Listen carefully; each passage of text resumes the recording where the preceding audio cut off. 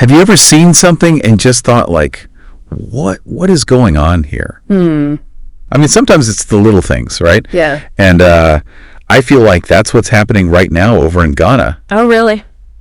President Akufo-Addo, unveiled a statue of himself. Oh, wow. And people are not happy about this. So that's what we're going to be diving into today. Yeah, we've got this article here. It's called "Allow Others to Praise You." Mahama criticizes Akufo-Addo for unveiling a statue of himself. Oh, interesting. Yeah. Okay. So let's take a deep dive into this and figure out why this statue is causing such a stir.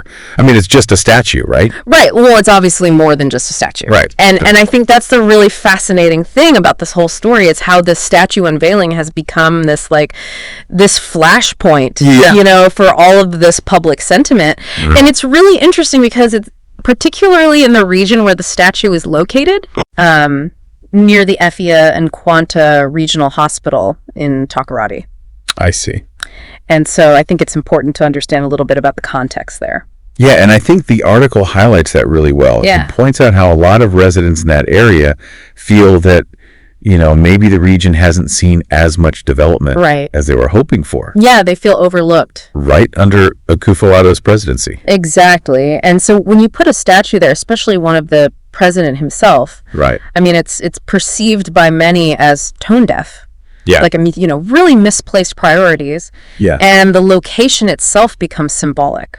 It's like a disconnect between like what the government is doing and what the people actually need. Exactly. And I think that's what's really fueling this anger and frustration. Yeah. It's like, hey, we need roads. You know? We need improvements to our hospitals and services. Basic infrastructure. Yeah. Then maybe we can, put up a statue or two. Right. And the article even mentions the Sekondi Takoradi Road, right? Which is a major project that's ongoing, Residents feel like that should be the priority, not a statue.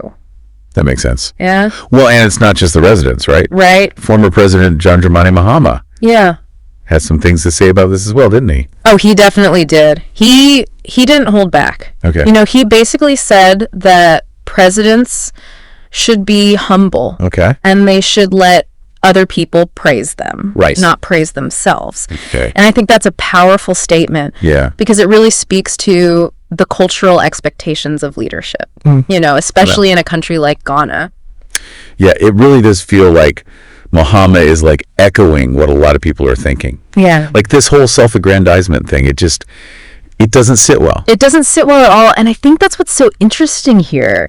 It's how this seemingly simple act has just unearthed all these deep-rooted feelings about leadership. Yeah. About representation. It's not just about the statue itself. Right. It's about what it represents. Yeah.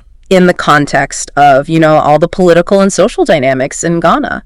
That's a really good point. And, the article also mentioned the huge social media uproar this caused. Especially among young people.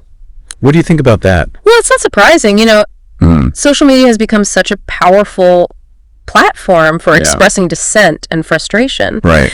And I think it's especially true among, younger generations. Yeah. Who are much more likely to be vocal online. Right. And I think the fact that they're so vocal about this issue really highlights this growing sense of political awareness and engagement among Ghana's youth.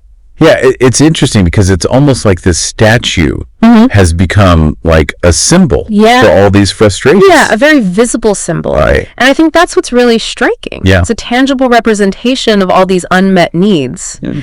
And, the disconnect between the government's priorities and the reality that people are experiencing every day. It's kind of a tough situation. It is. So, we've covered a lot in this deep dive. We have. What do you think is the most important thing for our listeners to take away from this whole situation?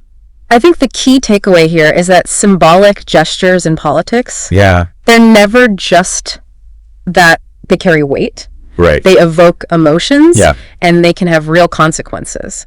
And I think this statue unveiling really acted as a catalyst. Okay. Bringing all this simmering public sentiment to the surface. So it was kind of like the straw that broke the camel's back, so to speak. In a way, yeah. And I think it's a reminder for leaders everywhere, really.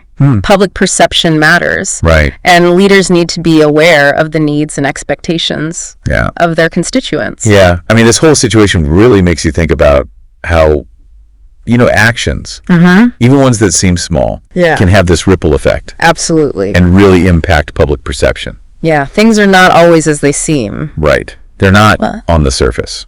So what do you think, listener? Could this event impact future elections? It's hard to say, Yeah. but it's definitely something to think about. It is. And I think it raises a lot of interesting questions Yeah. about the power of symbols Right. in shaping how we view political leaders. Food for thought. It definitely is. Thanks for joining us. Thanks for having me. And we'll see you next time for another deep dive.